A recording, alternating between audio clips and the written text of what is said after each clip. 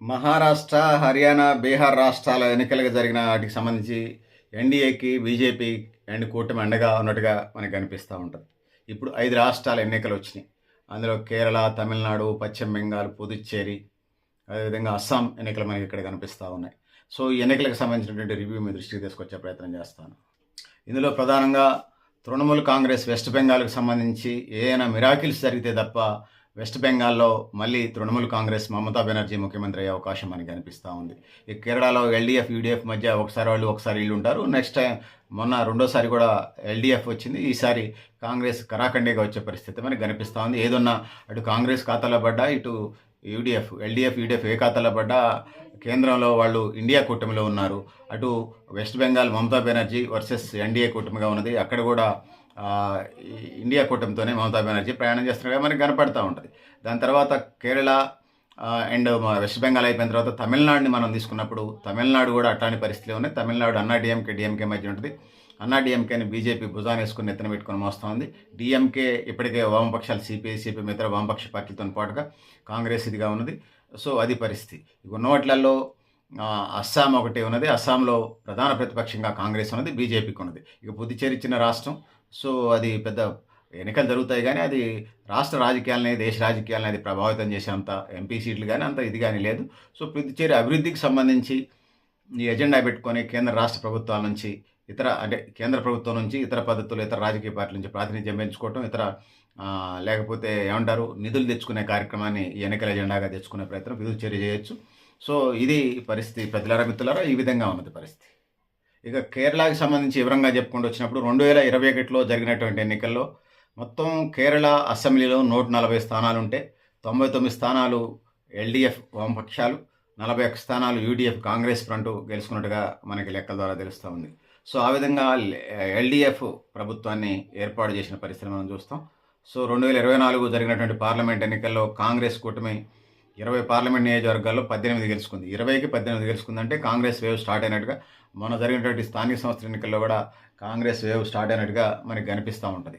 So ఇది పరిస్థితి. కేరళ వామపక్ష వ్యతిరేకత ఉన్నది. ఏమైనా మిరాకిల్స్ జరిగితే తప్ప కాంగ్రెస్ని ఇక్కడ ఆపుకోవడం కష్టం. ఇక తిరువనంతపురం మేయర్ ఎన్నికల్లో కూడా బీజేపీ చేతిలో అధికార పార్టీ బీజేపీ చేతిలో ఓడిపోయింది. అంటే తిరువనంతపురం ఎల్డీఎఫ్ నుంచి బీజేపీ పోయింది. బీజేపీ అక్కడ బాగా వేసింది. సో ఎమ్మెల్యే ఆడ గెలిచిన ఆ ప్రాంతంలో కాంగ్రెస్ గెలవటం, బీజేపీ గెలవటం, వరుసగా సిపిఎం స్థానాలు గెలవటం, అంటే సిపిఎం మీన్స్ వామపక్షాల స్థానాలు గెలిచిన పరిస్థితి కనిపిస్తూ ఉంది.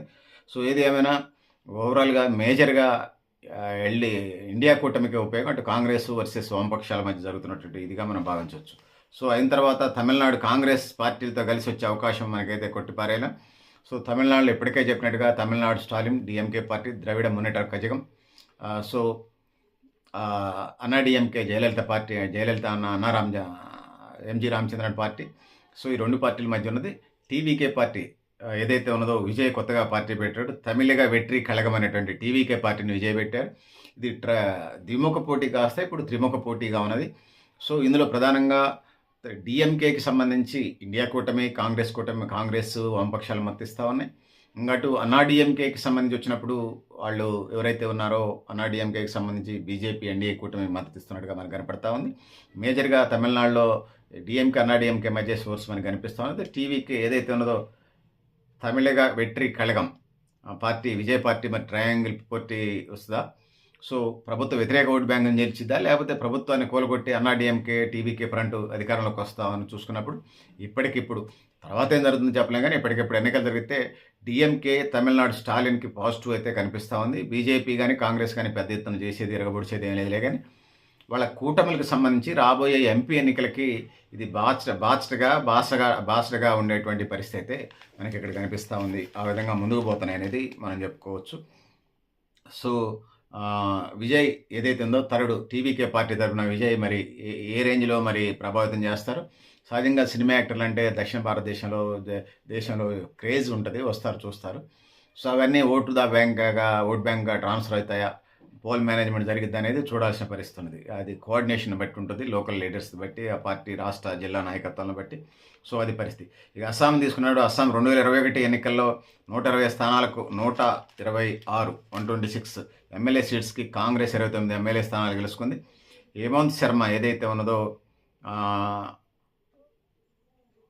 సో అస్సాంలో 126 స్థానాలకి 29 కాంగ్రెస్ గెలుచుకుంటే సుమారుగా 97 దాకా బీజేపీ గెలుచుకొని వాళ్ళ ముఖ్యమంత్రులు వాళ్ళ పార్టీ హిమంత్ బిశ్వ శర్మ ముఖ్యమంత్రి అయ్యారు. 2024 పార్లమెంట్ ఎన్నికల్లో కాంగ్రెస్కి 30% ముస్లిం ఓట్లు గెలుచుకున్నట్టుగా వచ్చినట్టుగా మనకు అర్థమవుతుంది. అస్సాంలోని బీజేపీ ప్రభుత్వంపై ఖచ్చితంగా కొంత వ్యతిరేకత అయితే ఉన్నట్టుగా మనకు అనిపిస్తూ ఉన్నది.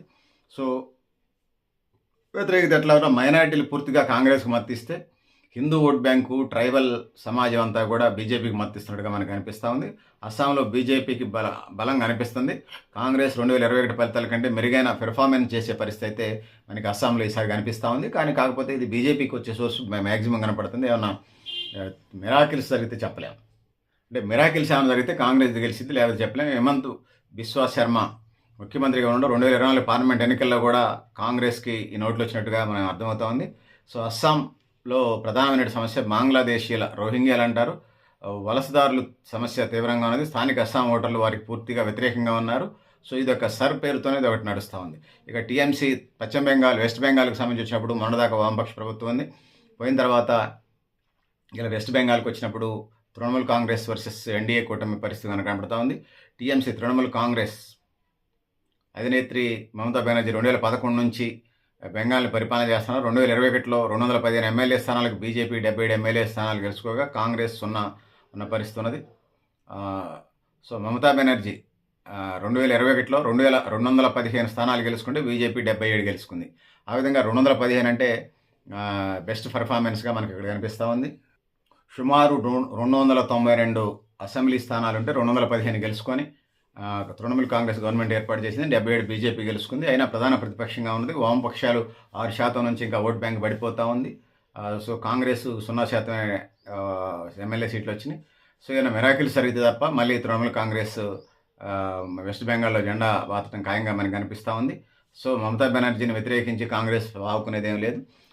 నేషనల్ లెవెల్లో ఉన్నటువంటి ఫ్రంట్లో ఉండి ఆ విధంగా కొన్ని సీట్లు లిమిటెడ్ సీట్లు ఇచ్చిన సీట్లు మధ్యవర్తుల ద్వారా మాట్లాడుకొని అయితే వాళ్ళు పార్టీలు మాట్లాడుకొని ఆ విధంగా ముందుకు పోవడం ద్వారా వెస్ట్ బెంగాల్లో మంచి పెర్ఫార్మెన్స్ చేసే లేకపోతే ఇండియా కూటమికి బలోపేతం అయ్యే పరిస్థితి మనకు కనపడుతోంది.